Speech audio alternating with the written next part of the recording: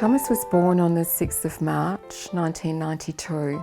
After Thomas was delivered, he was resuscitated and put straight onto life support. He had lost a lot of blood, which meant that had restricted oxygen to the brain. It had damaged his kidneys and it had caused him brain injury, resulted in cerebral palsy, mainly of his lower body, his legs, not so much of his upper body, but the brain injury meant he couldn't walk, couldn't talk.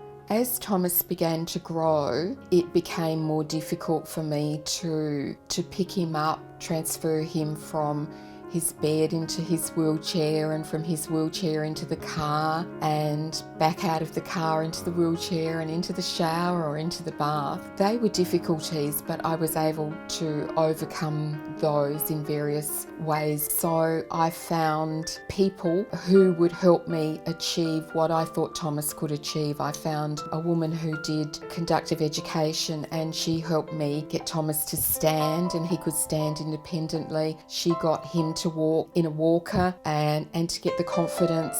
And I found a wonderful speech therapist who helped him communicate. I think Thomas had so much to say but couldn't verbally say it, so he had to communicate in other ways. And we found other ways of doing it. I always knew what Thomas wanted and what he wanted to say, but other people couldn't. So we made up storyboards and picture boards so he could point to things.